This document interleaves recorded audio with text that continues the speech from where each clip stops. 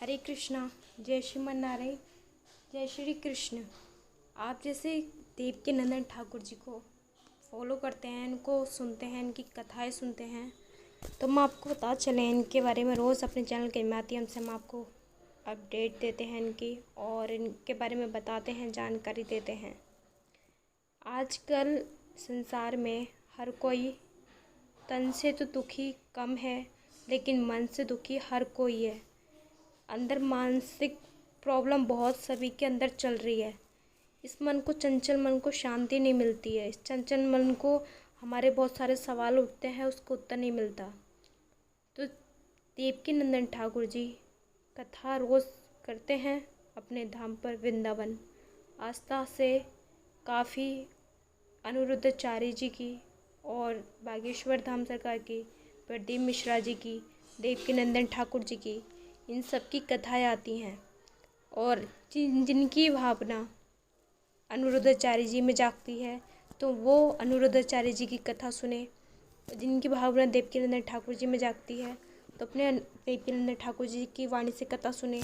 और प्रदीप मिश्रा जी बागेश्वर धाम वाले भक्त हैं, जो भी उनको पसंद करते हैं, तो उनकी कथा सुने।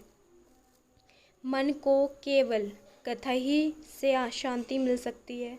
और मन में जितने हमारे दुखों को लेकर प्रश्न चलते हैं, उठते हैं, तो वो कथा से ही हमारा हर चीज़ का उत्तर मिल सकता है। और कथा से उत्तर ही नहीं, कथा में हमारे जीवन में ऐसी कुछ बातें बताई जाती हैं जीवन के बारे में, जो हमेशा हमें काम देंगी जब तक हमारा जीवन है। और श्रीमद् भागवत कथा जो होती है, ये साक्षात हमारे कृष्ण भगवान की लिखी बातें हैं, जो मनुष्यों के लिए भगवान कृष्ण ने श्रीमद् भागवत कथा में लिखी है, और हमारे पृथ्वी पर हम सभी मानव के लिए भेजी है। तभी इसलिए देवकी नंदन ठाकुर जी, अनिरुद्धाचार्य जी, बागेश्वर धाम और यहाँ तक कि प्रदीप मिश्रा जी अपनी अपनी वाणी से कथा गाते हैं। हम सब भक्तों का हित यानी कि कल्याण करते हैं सुनाकर, और हमारे मन के अंधकार को मिटाते हैं। देवकी नंदन ठाकुर जी कथा करते हैं, इतनी कठोर बातें बताते हैं जो जो हमारे धर्म विरोधी होते हैं, हमारे सनातन धर्म का मजाक उड़ाते हैं और धर्म का विरोध करते हैं। उनके बारे में, उन जैसों को, मूर्ख लोगों को बहुत अच्छे से कड़क जवाब देते हैं देवकी नंदन ठाकुर जी। लेकिन बहुत प्यारे कथावाचक हैं और बहुत सरल तरीके से कथा करते हैं। और कोई भी स्वभाव में से, पंडाल में से कोई भी प्रश्न पूछ लेता है, हर प्रश्न का उत्तर देते हैं।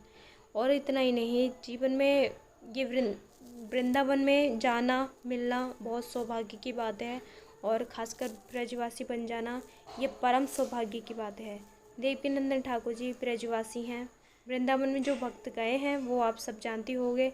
और वृंदावन में मिलना जाना, उनकी कृपा प्राप्त करना, ठाकुर की सेवा प्राप्त करना हम सब के लिए परम सौभाग्य की बात है, और राधा रानी की साक्षात कृपा है। आप देवकी ठाकुर जी से मिले होंगे। इनका प्यारा वृंदावन में प्यारा सुंदर आलीशान मंदिर है, जिसमें हमारे प्यारे राधा कृष्ण जी विराज रहे हैं। उनका दर्शन, नित्य दर्शन करने जाते हैं भक्त, करोड़ों भक्त। और जब गुरुदेव कथाई करते हैं तो करोड़ों लाखों भक्त वहाँ पे मौजूद होते हैं। और देवकी नंदन ठाकुर जी वृंदावन में रहकर बहुत सारे महान कार्य करते हैं, और अन्य विदेशों में भी कथा कर चुके हैं। इनकी अन्य विदेशों में भी कथा सुनना बहुत पसंद करते हैं। इनकी वाणी और ब्रज भाषा में, शुद्ध ब्रज भाषा में कथा गाते हैं तो और भी ज़्यादा आनंद आता है।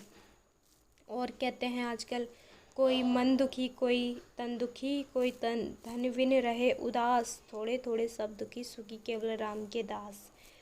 तो वैसी कथा में हमें बहुत सारी, बच्चों को भी लेके जाया करो। बहुत सारी बातें ऐसी बताई जाती हैं जो हमारे स्कूलों में भी नहीं बता पाते।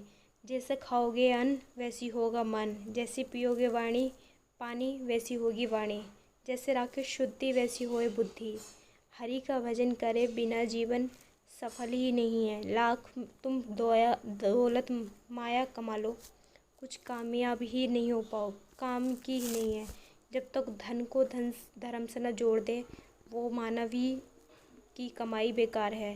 काला काम करके अपने धन कमाने वाले कब तक कमाना है, कब तक कमाएगा और क्या साथ जाएगा। इसलिए अपने ईमान से कमा के और अपने अच्छे कार्यों में लगाएं, अपनी फैमिली को भी देखें और अपने धर्म के काम भी करें और हर अपना जितना भी भक्ति सेवा मिले अपने ज़्यादा से ज़्यादा भजन करें, क्योंकि इस 84 लाख योनि के बाद हमें मानव तन योनि प्राप्त होती है। अगर इस योनि में हमने भजन कीर्तन नहीं किया तो फिर हमने कभी नहीं किया।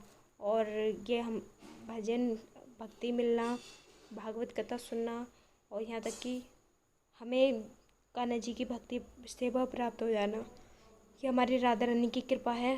अगर आप पे भी राधा रानी की कृपा हुई है कमेंट बॉक्स में बताएं। और देवकीनंदन ठाकुर जी की कथा आप सुनते हैं कमेंट बॉक्स में बताएं और प्यारे प्यारे कमेंट करते हैं गुरुदेव के लिए। और हमारे चैनल से जुड़े रहें तो ताकि हम आपको कथा के बारे में रोज़ अपडेट दे सकें। हालांकि ओरिजिनल वीडियो नहीं है, लेकिन फ़ोटो के माध्यम से हम आपको दर्शन कराएंगे और इनके बारे में जो भी जानकारी देने की कोशिश करेंगे ज़्यादा से ज़्यादा। और अगर नए हैं तो चैनल सब्सक्राइब कर लें ताकि हम अपने यूट्यूब के अपने चैनल के माध्यम से आपको दर्शन नित्य करा सकें। तो कमेंट बॉक्स में हरे कृष्णा जय श्री कृष्ण लिखना ना भूलें और हमारे चैनल से जुड़े रहिए ताकि हम अपने धर्म से जुड़ी बहुत सारी बातें बताते रहते हैं और हमारे जीवन भर काम देंगी ऐसी कुछ बातें हैं। देवकीनंदन ठाकुर जी की कथा सुनोगे, बहुत ही अद्भुत कथा करते हैं, बहुत मीठी वाणी है और भजन भी बहुत सुंदर सुंदर गाते हैं। और हम सभी भक्तों को बहुत अच्छा लगता है जब भी कहीं कीर्तन या भागवत कथा होती है, भजन संध्या होती है। और वृंदावन में तो भजन ही भजन, रोम रोम में प्रेम बसा हुआ है, क्योंकि वो प्रेम नगरी है हमारी राधा रानी सरकार की। जो एक बार चले जाए वृंदावन में कभी वापस आने की मन नहीं करता। उसका हृदय, उसका आत्मा एक वहीं पे रह जाती है, मगन हो जाती है और तरसती है वृंदावन में ही रहने के लिए। तो अगर आप भी वृंदावन में गए हैं तो ये आपने महसूस किया होगा, और नहीं गए हैं तो राधा रानी से प्रार्थना है आप सब ज़रूर जाएं और राधा रानी आपको बुलाएं और अपने उस प्रेम का अनुभव कराएं। और बस अपना नाम जप करें राधा रानी सरकार का और ज़्यादा से ज़्यादा भजन करें और सेवा करें अपने सच्चे हृदय मन से। और ज़रूर आपको प्रभु दर्शन देंगे, बहुत ज़रूर राधा रानी आपको अपने दरबार में बुलाएंगी। तो कमेंट बॉक्स में श्री हरि बोल लिख देना।